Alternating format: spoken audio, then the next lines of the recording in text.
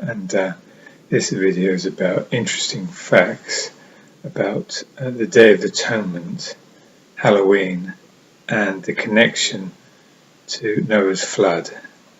Let me just start. Let's say that last video I did minutes later about the Day of Atonement. The Day of Atonement, because of that month difference, as I said in my last video, there's like a month discrepancy between a month.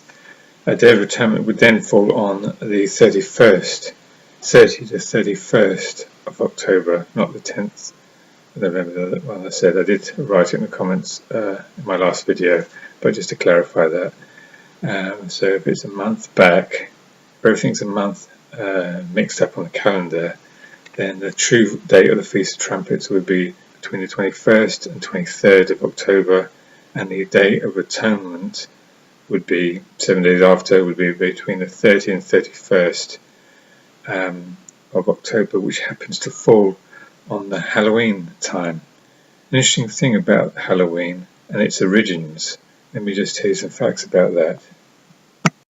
The festival of Halloween has its roots far thousands of years in the past. As I dug up some information, the festival has its roots on the back to the flood of Noah's day. According to a 17th century historian, the flood, which ended in 2348 BC, after the dispensation of the Tower of Babel took place in 2242 BC, during which time Noah's sons and grandsons would have been alive at that sort of time. In Genesis 7:11, the scriptures state the flood came on the second month, on the 17th day of the month. The second month begins on about the October 14th, and 17 days hence is October 31st. October 31st is the day that Noah boarded the ark, and the great flood came upon the earth to destroy the first world.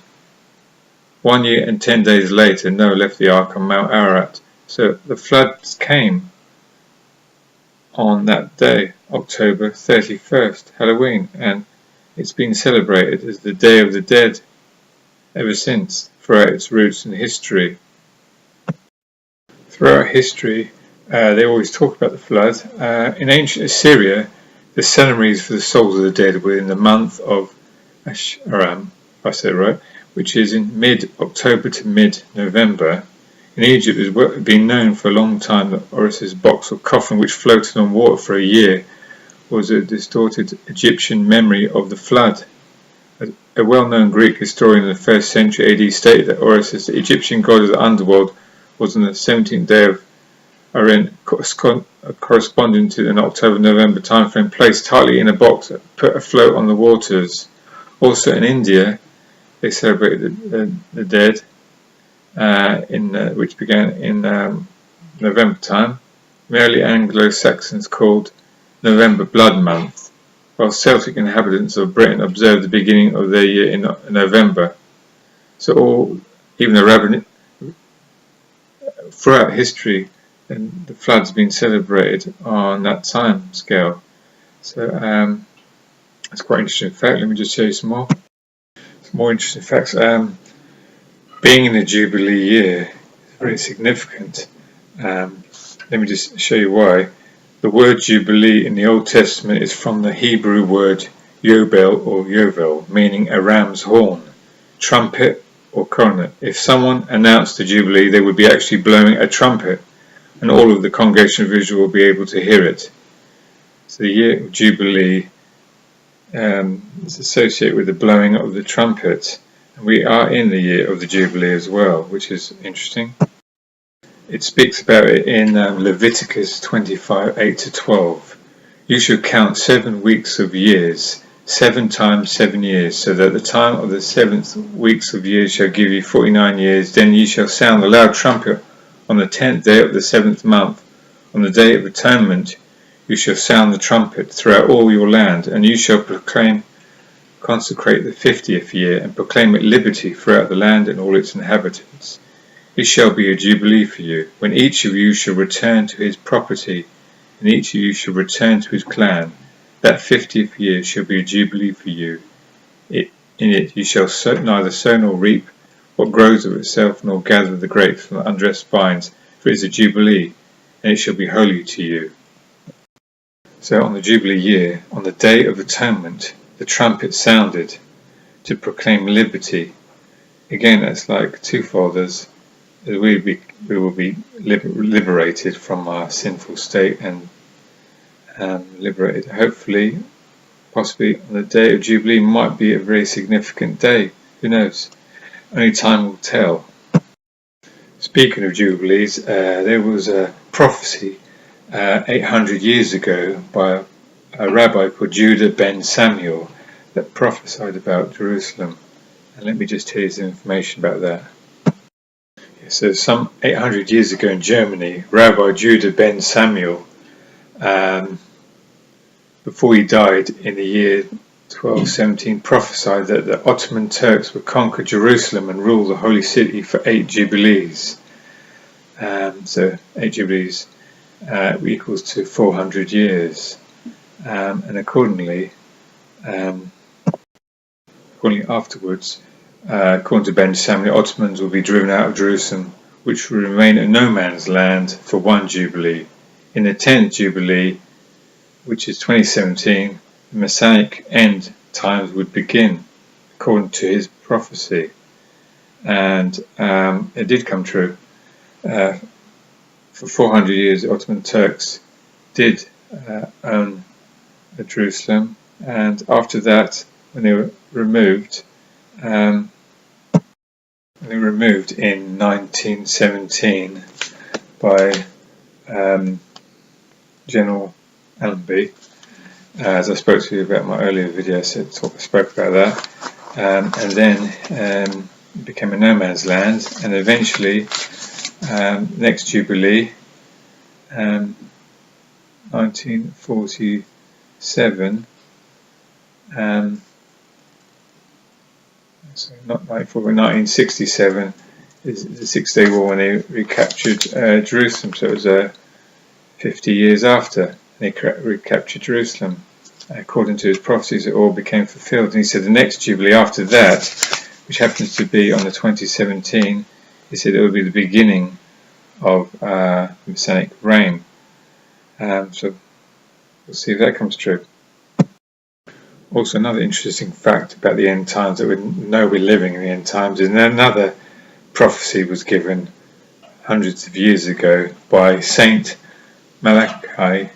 He prophesied about the final 10 popes. And the information is here. Let me just get it up. Born in 1094 AD in Ireland, Saint Malachi, if I've got that right, is also known as Mola Hugun Hog, hard word to say. He died, as he predicted himself, on November the 2nd, 1148 in France. And he prophesied about the final 10 popes. And all the prophecies were very accurate. And regarding, if you want more information about that, I suggest you check online about it, but I want to concentrate mainly on the final Pope, which is Pope Francis. He prophesied about him, and he said, Peter the Roman, he called him Peter the Roman, and as his name suggests, let me just show you what he meant by Peter the Roman.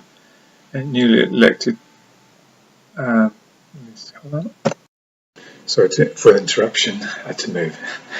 And he said about the final Pope, Peter the Roman, this is his prophecy. In the final persecution of the Holy Roman Church, there will be reign Petrus Romanus, Peter the Roman, who will feed his flock in many tribulations, after which the seven-hilled city will be destroyed, and a dreadful judge will judge the people at the end. So he said that this will be the final Pope. So that was his prophecy, and on the 13th of March 2013, Pope Francis became Pope, and the newly elected Pope,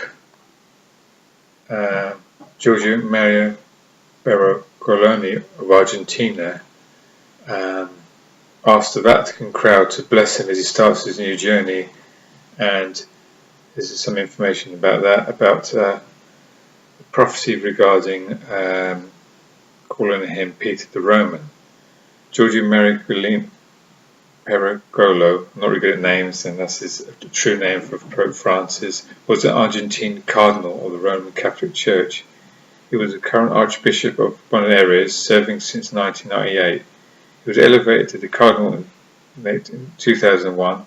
Pope Francis I took his name in honour of Saint Francis of Assisi, an Italian Catholic friar and preacher, and a Catholic saint who worked with the poor and who founded both the Franciscan Order for Men and the Order of St. Clare for Women.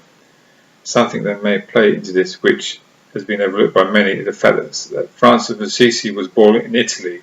He was a Roman priest friar whose real name was Giovanni di Pedro Peter Abbanona, but nicknamed Francesco, something his translation literally means Peter the Roman. Anyway, I hope you enjoyed those interesting facts, and keep striving and keep pushing forward, because we know we're living in the last days. Keep praying, keep repenting, and know that the end is very soon, on God's appointed time. So, God bless everyone, and goodbye. Thank you for watching my video. God bless.